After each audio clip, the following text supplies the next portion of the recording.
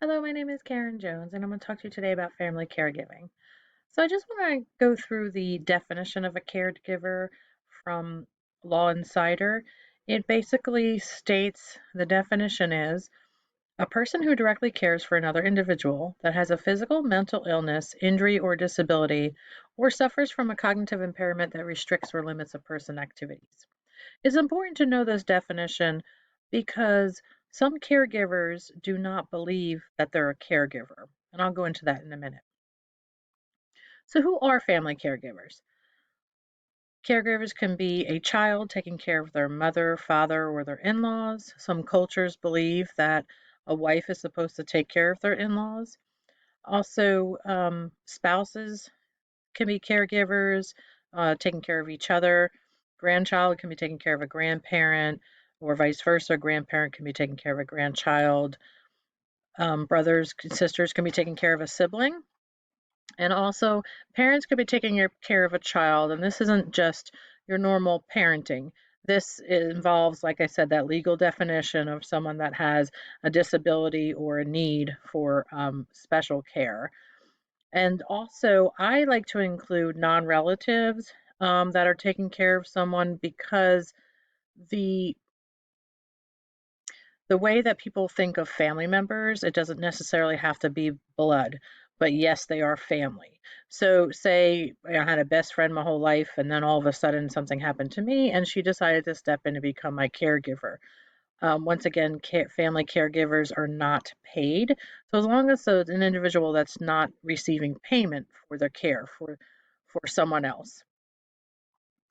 So there's been some research, and 1 out of 10 individuals in the United States have caregiving responsibilities. That's a lot of people, and the majority of these caregivers are still working full time. And caregiving need has increased because life expectancy has increased over the decades, and also medical decline is increasing in older adults. There's also a great need for family caregivers, and so they say like a shortage because more females have been entering the workforce, and therefore they're creating smaller families, which is less children. So therefore, when someone's an older adult and they've only had one child or two children, then that means that there's, between the two of them, if they can help take care of their parent. I remember generations ago, the average was 4 to 5 children per household, and now it's 1 to 2. So there's also an increase in conflict between roles, and researchers also show that there's a greater increase in the sandwich generation. The sandwich generation means that someone is taking care of their family and they're also taking care of their parents as well. So they're kind of in between that sandwich, the two pieces of bread, and they're taking care of both. So some caregivers say, why me? Or how did I get here? And sometimes social and their cultural responsibility. I had mentioned that some cultures believe in you take care of your in-laws and definitely your parents. And socially, people feel like, oh, well, this is my mother. I have to take care of her. This is my father. I have to take care of him. So that's kind of where people all of a sudden take on this role and when the needs arise. And then also the social trends, as I mentioned, as women going into the workforce um, and and a decreased amount of children, the responsibility sometimes lies on that one child. If it's your parents and you're the only child, it relies on you. So, as a social worker, it is important that we recognize importance of human relationships, and this is part of our code of ethics as well. And I believe that when someone is stating that they're going to be a caregiver or they are a caregiver, we have to look at that relationship between the two people because sometimes there's unhealthy family caregiving and then there's healthy family caregiving. So we have to be mindful of how to assess that and look for the red flag, so to speak. So basically, the first part of caregiving is also looking at the needs. Now, this is the needs for the care recipient and the care provider. So, what does the care recipient need? How many hours? What kind of care? What's the extent of the care? Mobility issues, bathing issues, able to feed, this, that, whatever, and then the needs of the care provider. Does the care provider have the time? Do they need assistance? Does a care provider have the equipment that they need? Say that they have a loved one that's bedridden and they're not able to physically get this person out of bed, so they need a lift. So as social workers, we need to look into the supports. What supports can we help provide and interventions can we put into place to help the caregiver be the most successful that they can?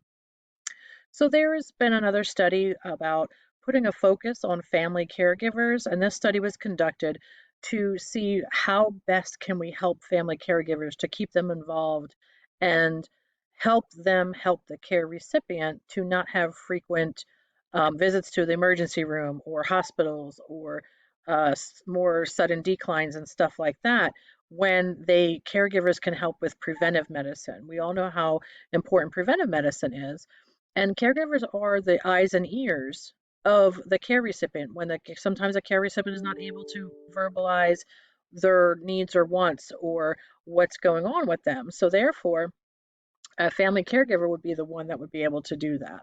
Okay, so the six important points taken away from that study was one, understanding and recognizing the caregiver role. Like I said, sometimes people don't feel that they are caregivers. Like they said, this is my mother, I'm supposed to do this. I'm just caring for my mom. I'm not a caregiver, I'm her daughter. And it's important that they understand that they are, and as social workers, we need to help them understand that role. And communicating in family caregivers.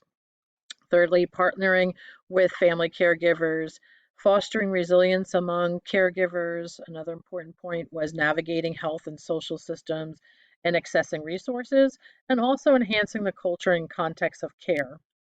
It's been proven that having a caregiver involved with a care recipient is extremely important, especially family caregivers, because they know this person. They've known this person their whole life, or they know their needs and wants, or they've vocalized, the care recipient has vocalized their needs and wants. So a family caregiver, it's important for them to be involved, and the hospitals and other agencies and organizations, they're realizing the importance and want to keep that into place. So, in my opinion, education for the caregiver is very, very, very important. Some caregivers just become caregivers overnight. If a spouse is taking care of a spouse goes off to work and has an injury on the job, and all of a sudden it's a traumatic brain injury, and now instantly that husband or wife is now a caregiver, taking care of the loved one. So it's important to know the roles, and it's important for as social workers to identify caregiver burden too.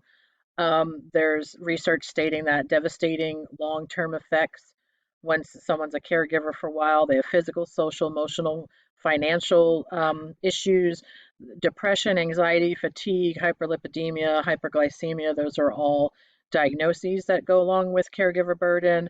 And some of the symptoms are disrupted sleep, lowered immunity, and early transition to frailty syndrome. So it's important to know when you're hitting your point and know that you have caregiver burden and to raise your hand. And a lot of caregivers will not ask for help. They don't feel that they feel like it's their responsibility and it's on them to take care of someone. If they don't have siblings or don't have help, it's like, okay, well, it's on me and I've got to do this. And they don't raise their hand and identify that they need help because of some of these symptoms and they're overlooking them. And it's very, very important to raise your hand and ask for help. And as social workers, how can we help? We can help caregivers identify that there is a burden. We can help and say, listen, here's some resources for you. There's a great start is at your local office on aging, Department of Social Services to find resources. There's many, many, many support groups and support agencies like AARP, Alzheimer's Association, National Alliance for Caregiving. There's many support systems within if someone has a specific diagnosis, they can reach out on the website and look for that specific diagnosis and support group in that area, and that's a good resource as well. And then also, some people aren't aware that there's financial assistance for help for caregiving, and basically financial stuff, it's could be a strain. That can cause stress just in its own. And people aren't aware that there's grants and that there's programs and stuff out there to help. And they can help pay for in-home care services and respite care and incontinence supplies and co-pays for medical visits and stuff like that, or medical supplies and durable medical equipment. So there are things out there that can help. So as social workers, we need to help identify on a micro level and a macro level the needs and supports that are available, the needs of the care recipient and the caregiver, and also the supports that are available at each level. It's important to identify with the individual to say, we see that this is what's going on. This is where you need help. Here's how we can help you. As simple as making a calendar, putting out time, helping assist with interventions and stuff to decrease the caregiver burden. And on a macro level, it goes both ways. We need to help with the agencies, connect individuals to the agencies and assist, but also get back to specific agencies and programs and say, hey, listen, this is what we're finding out here in the field. We need help and assistance more with something as simple as medication management. It's taking up this family caregiver's time to set out these pill bottles or to make sure that the client takes or the loved one takes the meds and stuff like that. And then there could be some program that can say, okay, we see this need is across the board. Let's increase funding for medication support. So it kind of goes both ways. So essentially, family caregivers, they're important to the individual that's receiving care, of course, but they're also important to the rest of a person's whole healing and an older adult's um, end life stage of getting assistance and needs and supports and stuff like that, and being a voice and advocating for that individual. And as social workers, we need to help the family caregivers be able to still be their voice. Thank you.